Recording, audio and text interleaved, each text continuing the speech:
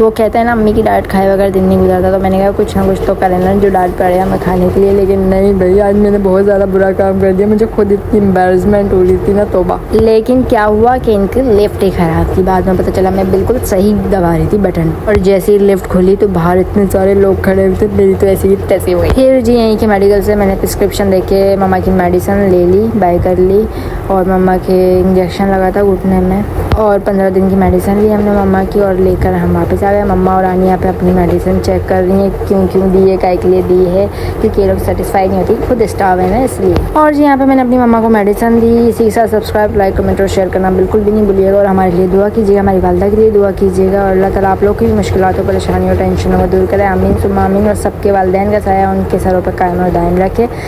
छोटा सा ब्लॉग है, और जितनी कोशिश हो सकी उतना बना लिया मैंने, इससे ज़्यादा मुझसे नहीं बन सकता था, क्योंकि मैं बहुत ज़्यादा परेशान थी। मिलते हैं नेक्स्ट ब्लॉग में, बाय बाय।